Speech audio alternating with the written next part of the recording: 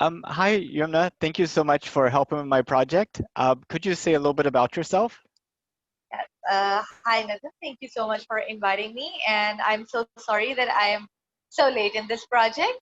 So, my name is Yumna Majid. I am a medical lab technologist from Pakistan. Apart from that, I am a space educator. I run a space education based social enterprise called Exploration in Pakistan. And I love dinosaurs, I love Egypt, and I love collecting coins. Yeah, that's me.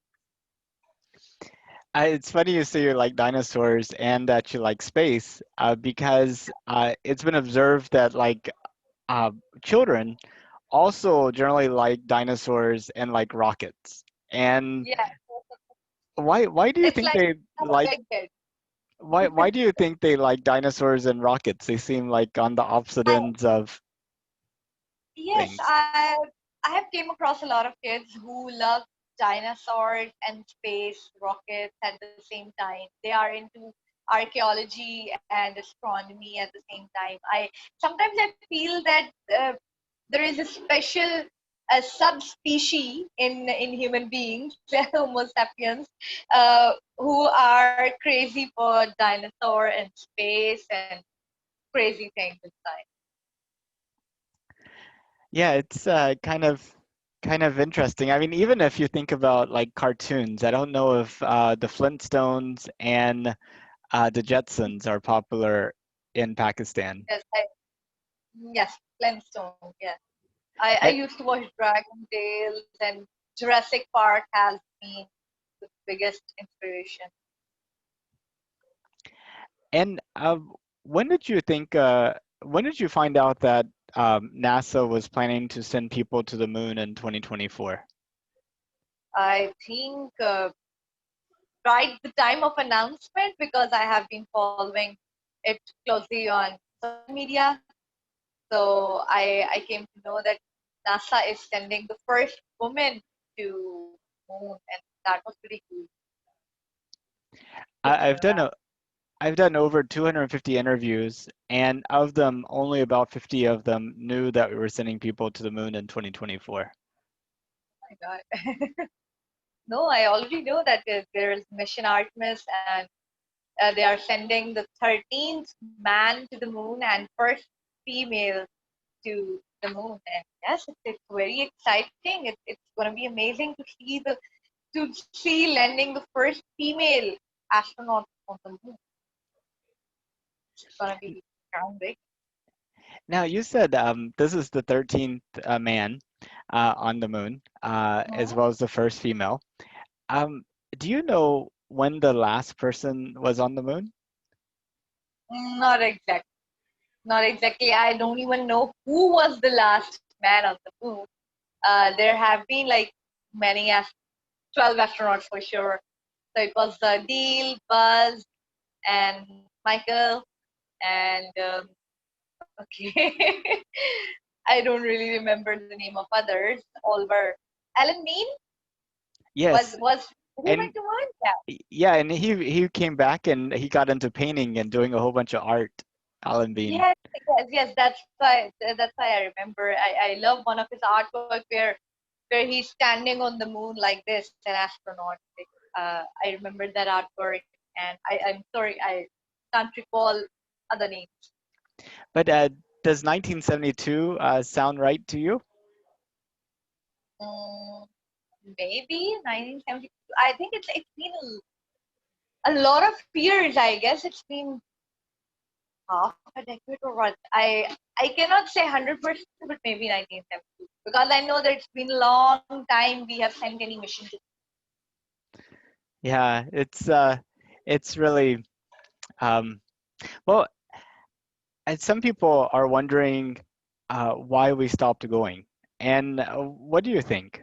Why did we? Why was Maybe, 1972 last yeah. time? So maybe, yeah. So that was the era of space race, I believe. The race America and Russia had, and maybe America made this biggest achievement of sending the first human to the moon, and they non-stop kept sending until the 12th astronaut. Maybe they didn't wanted any other country to get into this race, maybe. But I'm just saying, in the point of view of that time of space era. Now I know that there are a lot of collaborations, and International Space Station is the biggest example where 14 or 15 countries are working together on the same platform, understanding the fact that space is for everyone, and it doesn't belong to a single country. And I think that's why we are going back. Even though when I'm saying we, I doesn't mean that Pakistan is going back. I see Earth as a whole unit, as a one single planet, and that's why I see we are going back. Well, it's really funny. In like the 1960s and early part of 1970s, going to the moon was almost a completely American enterprise, right? And yet we were saying that we were doing it for all mankind, right? And then Yeah. now with Artemis, we're doing it as an international cooperation. We have like the Japanese Space Agency and the Canadian Space Agency and the European Space Agency and what have you, all kind of contributing to it. And then we still have like this American first mentality. So it's like now at this time we're really going with like other people, but it's really Yeah. more focused on Yeah. a It's like making records in space or in science or in general as well. But I think major focus should be on that groundbreaking event or on that discovery or whatever we are doing in science, rather than saying that we are the first to do this and we are the first to do it. Knowledge should be shared with everyone. I don't know why they stopped sending uh, man to the moon or females to the moon. Who knows if we kept sending humans to the moon by 2020, we had a lunar base over there.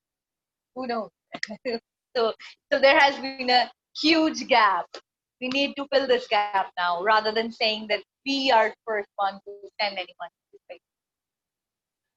and Pakistan, they have a space agency too, right? And Yep. what are some of the things that the Pakistan Space Agency does?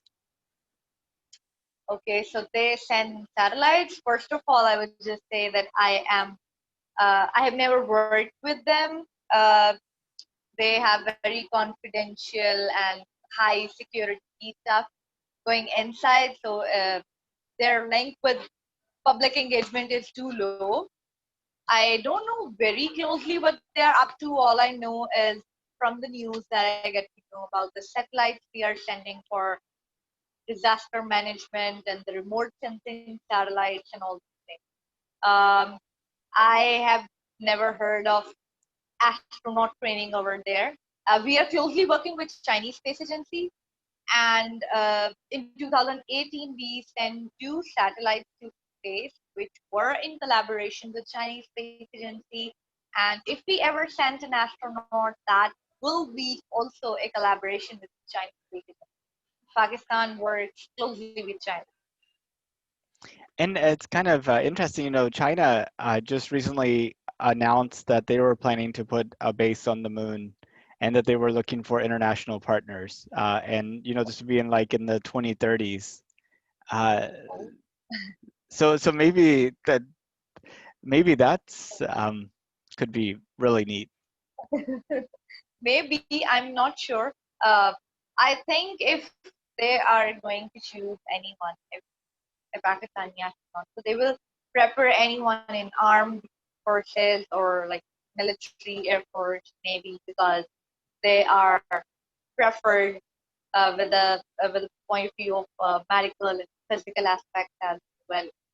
So I think there's a long time since like Pakistan is going to open astronaut applications for general public or scientists, or commercial space flight for us is way too far. We just need our government to send first astronaut to space.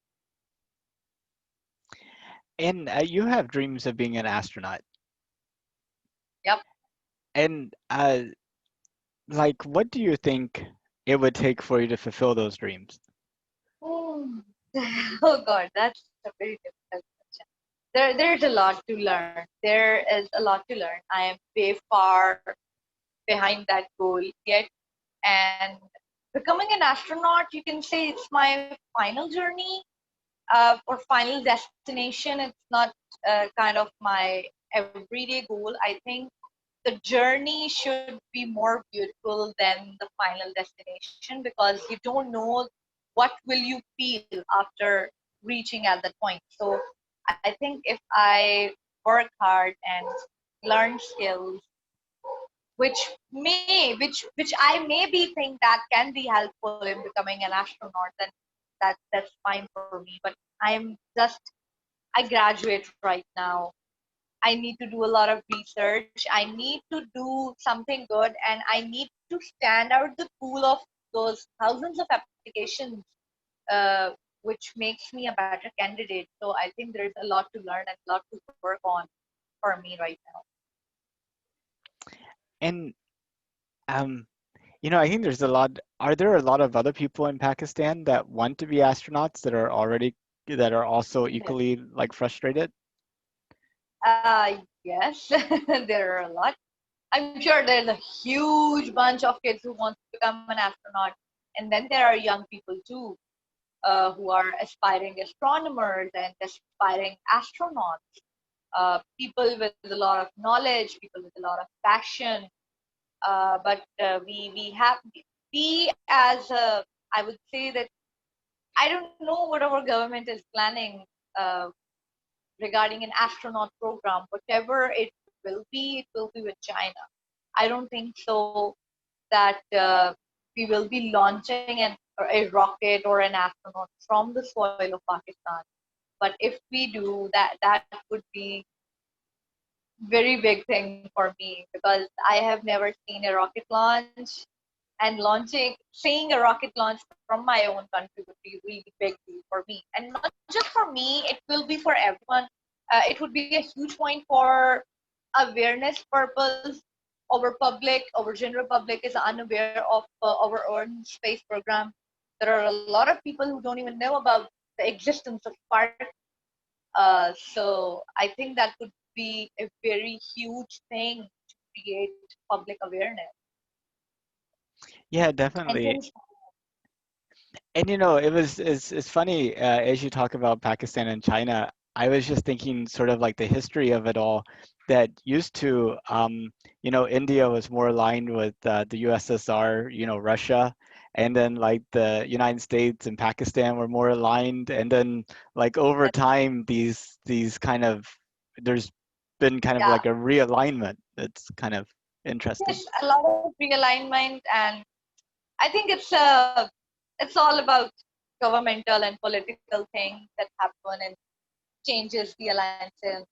Uh, we as a countrymen cannot do anything about it to like to work on that level because we are more related to science, and I always keep politics aside. I like out of out of the way of science because science is universal and politics is not. So yes, alliances change because of politics and all this government thing. Now, um, there's only two private companies that I know about that have actually been able to send things into orbit. One is SpaceX, which is based here in the US.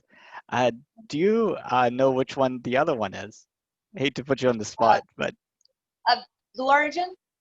well, actually, they haven't put anything in orbit yet. No? Okay. It's a Space non-US company. It's not in the okay. US, and it's closer to you than to me. India? Uh-uh. No? Okay. Is it Australia? No. Nepal? No. But you're Russia? close. Australia, you were close. Closest yet. New Zealand? Yes. Oh, Yeah, wow. I there's never a knew. there's a company there called Rocket Labs, and they allow What, for, what, what do they send as a little payloads or little into the payloads. Little payloads, but they say that they could do a mission to the moon, they could do a mission to Venus. Uh, s- Venus? yeah. Who would do a mission to Venus? That would be very dangerous. Well, it won't be a Like human mission. It'll be, robotic. But robotic, of course, but I don't know how their satellite or any robotic thing will survive the atmosphere of Venus. But yeah, Rocket Lab is cool. So what kind of payload do they send? They just send mini CubeSat satellites or that's right. what? Yeah. Okay, wow, I never knew about them. I will see. I think I came across them on Twitter, but I am not an active user over there. I will see for sure. It's just kind of funny. You never think of New Zealand as being like a space power, and yet they're like Yeah, the only s- the only second company that's been able to launch things into orbit. I mean, uh, it's amazing how like really you know um, committed people who are energetic in something can make kind of unbelievable things happen. honestly speaking, I never heard of New Zealand space agency. I thought they don't. And I know that Australia recently started their space agency, and we read Nepal, and Nepal has India is very ahead in the race, and then Russia has Ethiopia. Recently, I came across Ethiopia. Do they have a proper space agency as well? I don't know. Some no. I don't Oh, know. okay. I will look up to it. But some space enthusiasts from Ethiopia contacted me, and I was like amazed that oh wow, Ethiopia has a space agency as well. Yeah, space is for everyone. I believe in that. That's good if more and more countries are joining. But I just don't want to keep it a race. Let's don't compete and collaborate and represent Earth as a single planet rather than different countries. Yeah, that would be really good. It looks like competition though is almost inevitable just because of how people are and how countries are. Yeah, country is competing the other, and I don't know why Pakistan is not competing with India in terms of space race. I really want my country to compete. Like We should learn from India. like land I something always on the say moon. maybe land something on the moon or send something to the Mars or anything. But I have a lot of friends in India who works in space sector, and ISRO is doing really good stuff. They are actually doing space related things. Their public engagement is much better as compared to over. So I really want my country to compete with India if they want to do something in space. Now, there's some people that's well. What do you think about us going back to the moon? Seemed excited about having the first woman land on the moon and kind of marking that milestone. But what are some other things that excite you? I mean, about us going back to the moon? I think the now we have more technology and we can do a lot of better things on I'm not sure about creating a lunar base over there, uh, but the testing on lunar samples, stay of astronauts over there, a lot of human body experimentation, human physiological experimentation, a lot of new things can be done apart from constructing a lunar base over there. I'm not sure if sending only two astronauts and a few robots can create the entire lunar base over there because everything will be required. And uh, what if we melt the ice on the moon and we make some oxygen out of it? There are a lot of possibilities because we are going back to the moon uh, with entire new skill set and the technology we are going to have. We have improved technology since the last time we sent humans to moon. So I hope that astronauts bring us great stuff from moon. And also, I mean, we're going differently too. Last time it was very much a governmental enterprise, and then this time there's a lot of private sector commercial involvement. Like we have this program called the Commercial Lunar Payload Services Program. Have you heard of it? Not really. Is it the one service which actually sells lots on moon? I no, I came across one.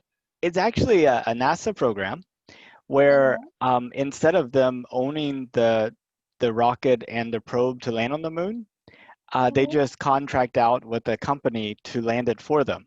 And so they have 15 companies that are part of this program that have built landers, and every year they select two of them to land their instruments or scientific equipment on the moon. And next year we have two companies landing on the moon, Wow. Astrobotic and Intuitive Machines.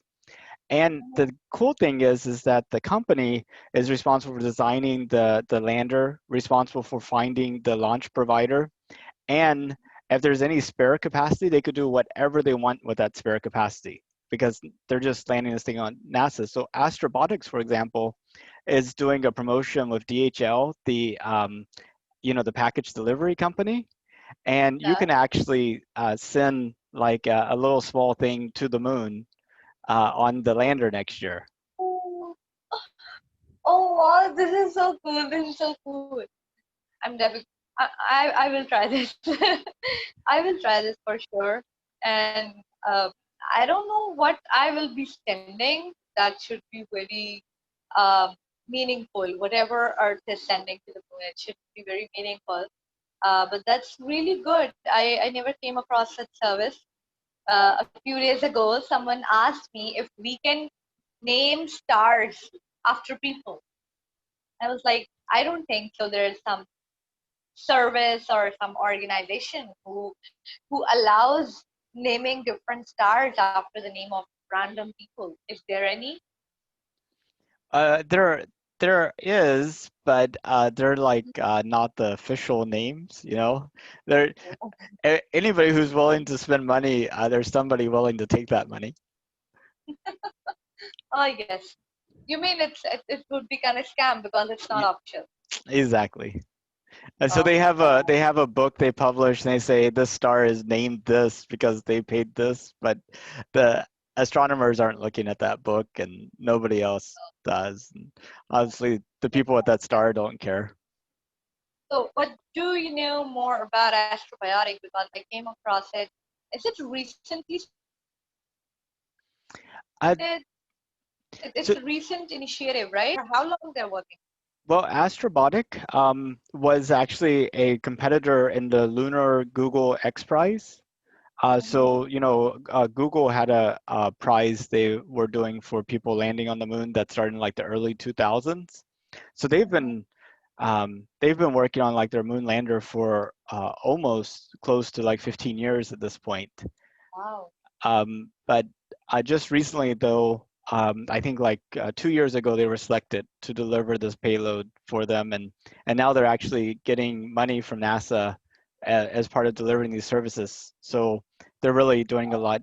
In fact, I had a person from Astrobotic come and speak at our North Houston Space Society chapter last month, and she was a good speaker. You might enjoy her. So we got the recording. Yes, I will check the recording for sure.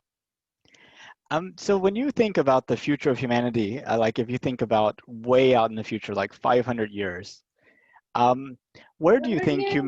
yeah, 500 years, where do you think humanity is? Are we still only on the Earth doing these little side trips to places?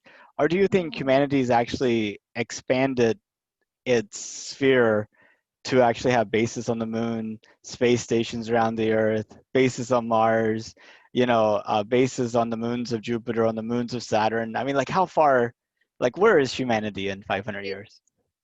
I don't want to say this, but um, I I see world as more like a dystopian culture.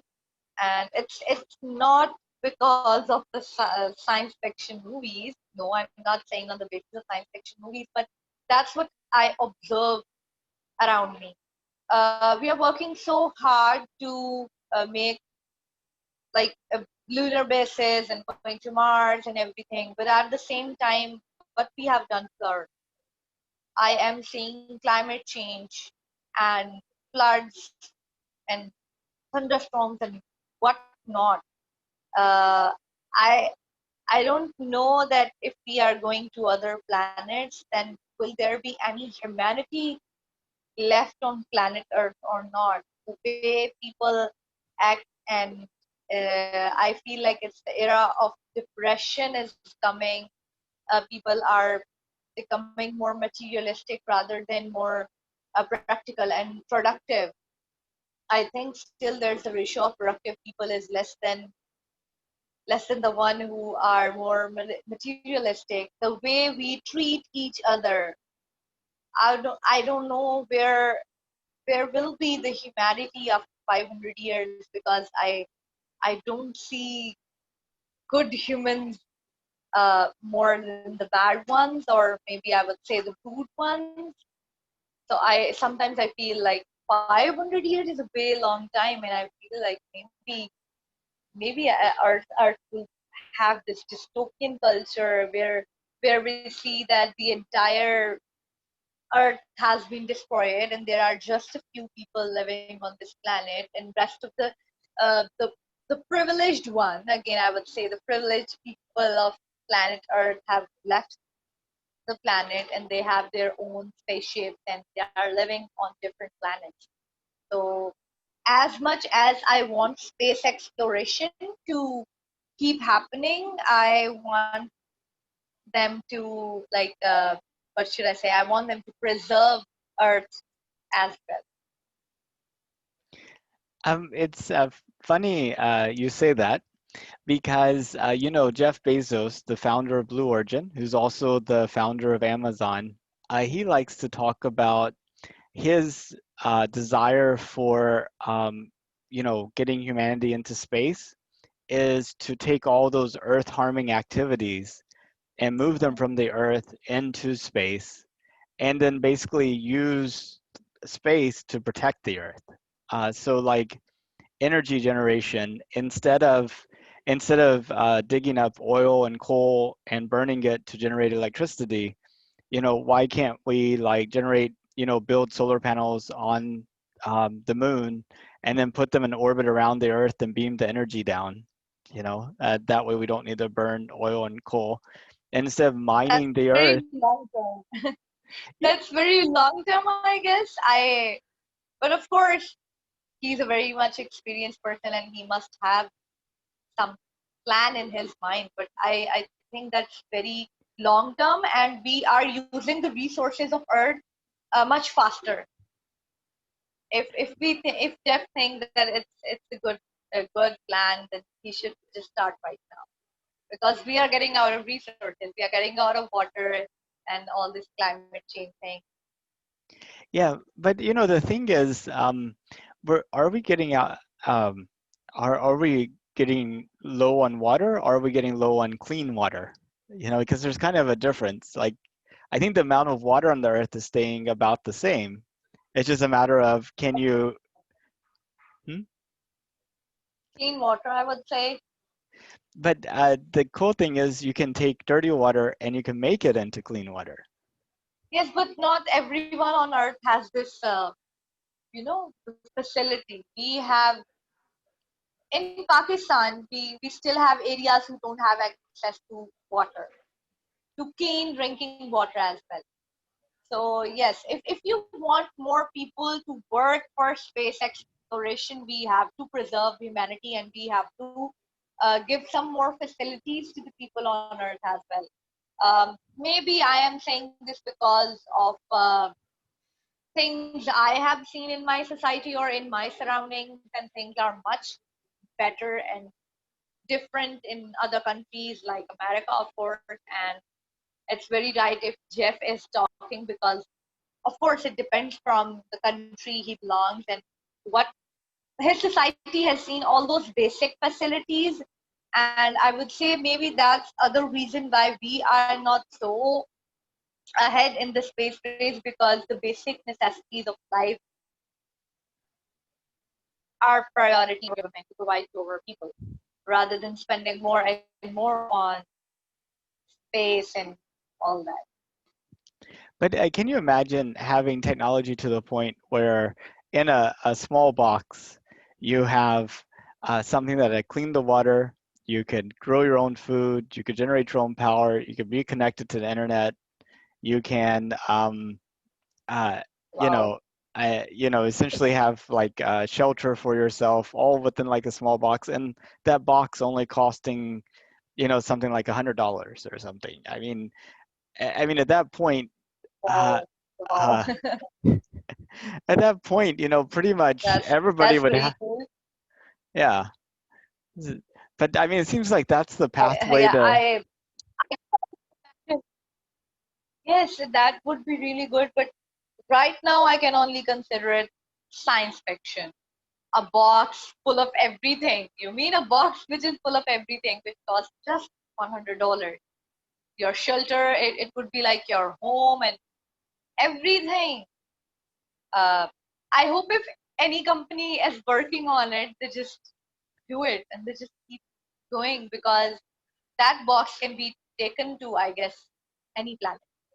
It can be used on Earth or maybe other planets as well. So it would be more good product, a better one. yeah. And I mean, you can almost imagine part of that box, the technology behind it getting developed through um, kind of trying to allow for us to live on other planets. Like water, for example. We're going to need to be able to recycle water easily, cheaply, reliably. So you can Yes. imagine some technology being developed, and now we just have to mass produce that technology and Yes. give it to everybody. Do you think that uh, is there a company who is working on this idea for real, or is it just imaginary? It's just imaginative. Okay. But there's no Okay, I reason why got it. there couldn't be a company working on it. Yes, exactly. There's no Yumna reason why. Enterprises. No, no, I'm not that much intelligent to work on such ideas. I need to learn a lot of things right now. Uh, yeah, it's just a matter of inspiring the right group of people to kind of make it happen.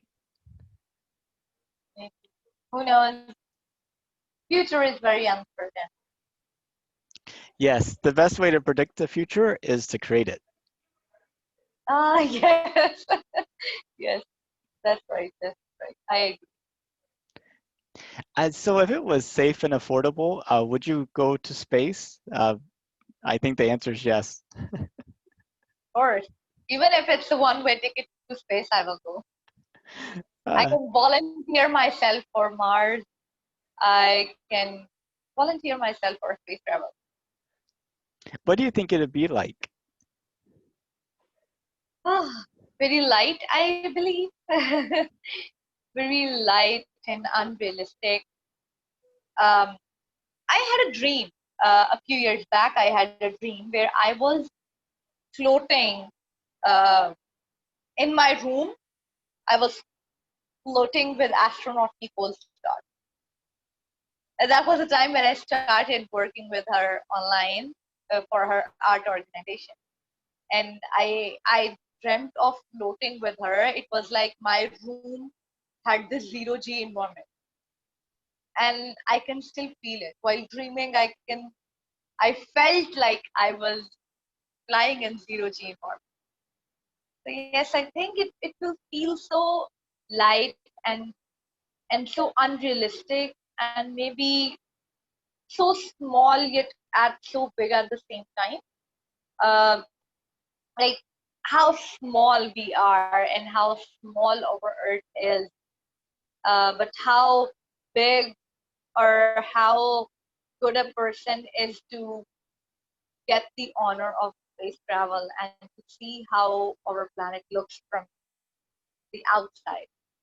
how tiny my goal is. Since childhood, I just want to see that how our planet looks like from the outside. I just want to see that if that's a ball, then what's outside this ball? How tiny my goal is. But I think when you travel to space,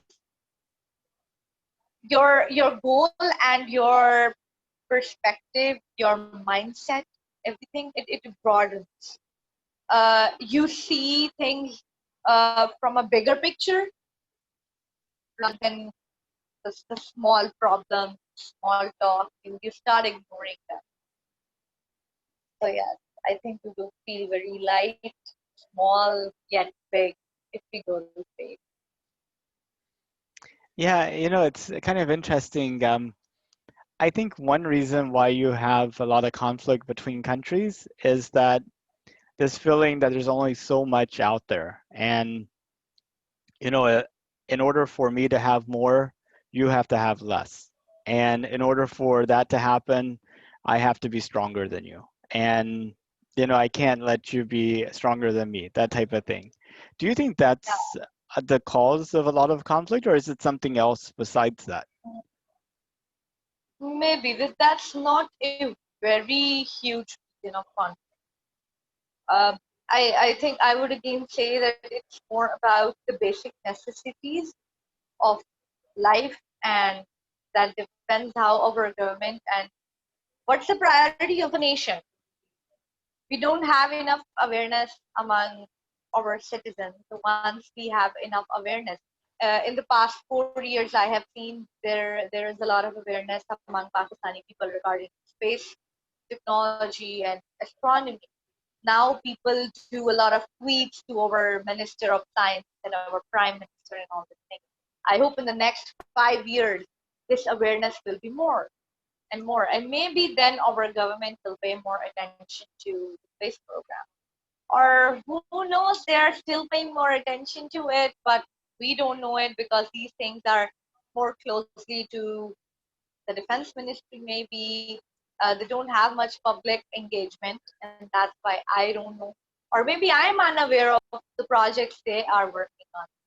I'm sure they must be working on something, but I'm not sure what they're working on.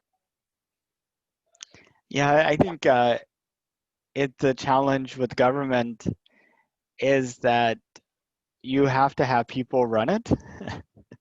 And people are sometimes um, selfish. So you give somebody power, and instead of using that power for the better of everybody, they use that power to better themselves.